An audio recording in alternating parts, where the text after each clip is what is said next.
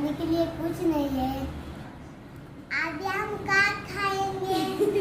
बच्चों परेशान मत हो। ये कौन बोला? मैं हूँ दरख्त, तुम पीछे देखो पीछे। मेरे पास ताजा ताजा फल है, ले लो खाओ।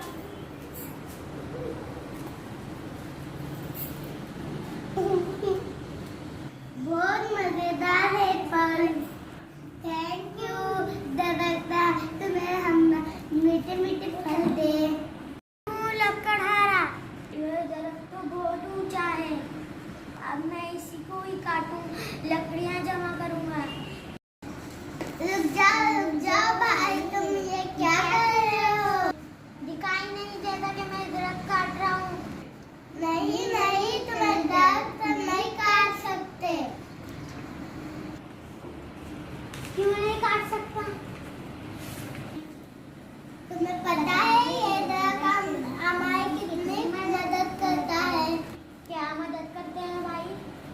हम जैसे परिंदों को घर बनाने लगा देते हैं। इन दरख्त पर हम अपने घोंसले बनाते हैं।